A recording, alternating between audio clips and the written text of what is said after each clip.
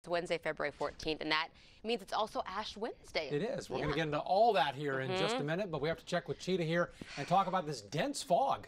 Yeah, we are under a dense fog advisory. That's from the National Weather Service, and that is for everyone. So if you're waking up this morning and you're able to see us, you are starting off with a dense fog advisory. And really, this fog is exactly what that advisory is saying. It is thick. It is dense out there. Pretty much everyone is less than a mile. Even at both big airports, we're starting to see the visibilities drop below a quarter of a mile. So that means when you're driving this morning, it's going to be really difficult to see you and a little bit in front of you. So you want to allow extra time this morning. That's the key this morning. We're also tracking a few scattered showers, Darby, on the north side. So slick roadways, difficult conditions to see, slow goes on the roadways. You know what that means. It is split pea soup out there, I will tell you that. So just be ready. And it is so foggy, it's so dense. Like Cheetah said, the roadways are actually wet. It's almost like it's been raining out there. It's so thick on the roadways. We look to the northwest side, so if you travel in 290 coming in from Fairfield, you're going to be dealing with a lot of fog. Here at Telge, you can see very light volume, but if you got enough cars, you'll see the water reflecting off the headlights. So it's wet on the roadway. Just be careful. But travel time should be quiet, relatively speaking. 22 minutes from the Grand Parkway into 610. So coming in from Waller's, no problem. I-10 the Katy Freeway, foggy. 28 minutes, though, Pin Oak Drive to downtown. And 249 as you come in from Magnolia, just 12 minutes. FM 2920 into the tollway, and it's foggy. Okay, Darby, thank you. It's 4:32. We're starting with breaking news this morning. An Humble police officer shot just a few hours ago, and right now he is in the hospital. This happened behind a McDonald's in Humble. Our Michelle Choi is there live right now. Michelle, what do we know right now about that officer's condition? Well, guys, police tell us that officer was hit in the chest, but the good news is he is in stable condition. He's being treated at Memorial Hermann Hospital this morning. Now, the scene behind me, this is where the shooting happened and ended. Police tell us this all began when officers responded to a robbery at a home nearby. They got a description of the suspect's car and tracked them down, and when they tried to stop them, that's when they took off, leading police on a short chase. When the car finally did stop, the driver then took off running across Highway 59 and into a nearby parking lot. When police tried to tase him, that's when the guy began shooting at police, hitting that officer in the chest. The suspect was also hit when officers returned fire. Now, that suspect was also taken to the hospital with non-life-threatening injuries. Police tell us there was also another suspect involved in all of this who was sitting in the passenger seat. He was arrested without any kind of incident. Again, as for the police officer who was shot in the chest, he is in stable condition, which is good news. Guys, back to you. Glad to hear he's expected to recover. Michelle Choi, thank you. We have just some unbelievable video here. Look at this, an apartment building just engulfed in flames. One of the tenants shared this video with us. That fire started late last night in the River Oaks neighborhood on Olympia Drive. Residents say there have been several recent fires there. Our Janelle Fort joins us live now with the story. Janelle, what's the latest? Well, the craziest part of this whole thing is the tenant that shot that incredible video tells us this is the third fire that's happened in this apartment complex in the past 6 months. Take a look at some of the damage. As you see, looking down on the ground, we can see some of the pipes, some of that insulation from this apartment building kind of going up. The fire, we're told, started up on the second floor.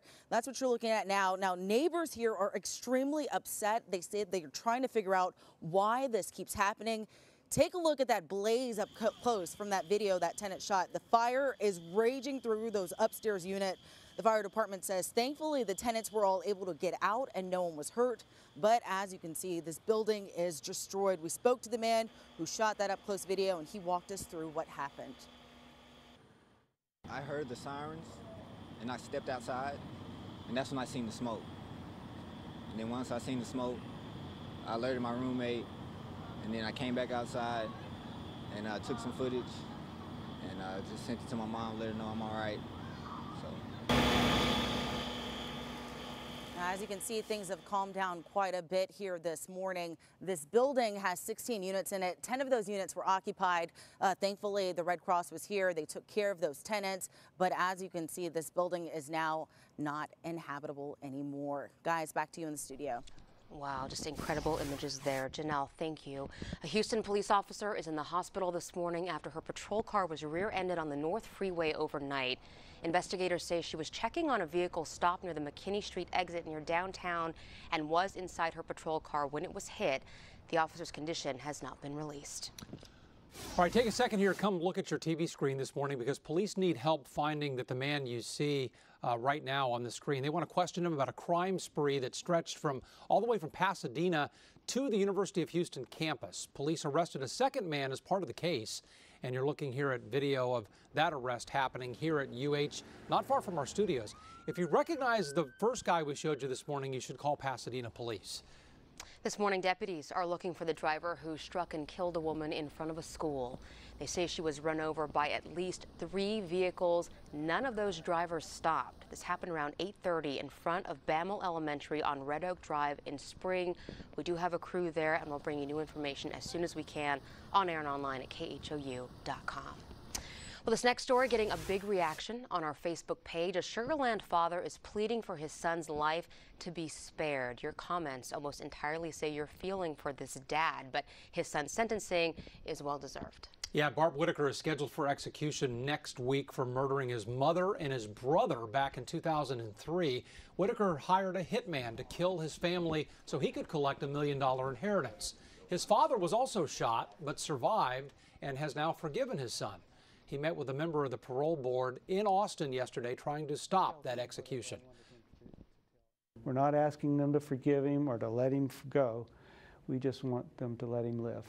Bart was my last surviving member of my natural family, and nobody in my family wants to see him executed.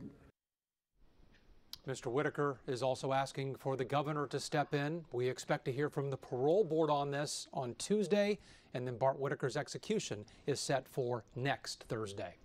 It's 4:38. More parents are coming forward now to back up a family in Spring that says their daughter was bullied at school. They sued, claiming Klein ISD did nothing to stop those bullies. Our Brandy Smith is here now with an update on this case. Brandy? Well, guys, that first case involved a teen girl whose parents said she'd been bullied for years in Klein ISD.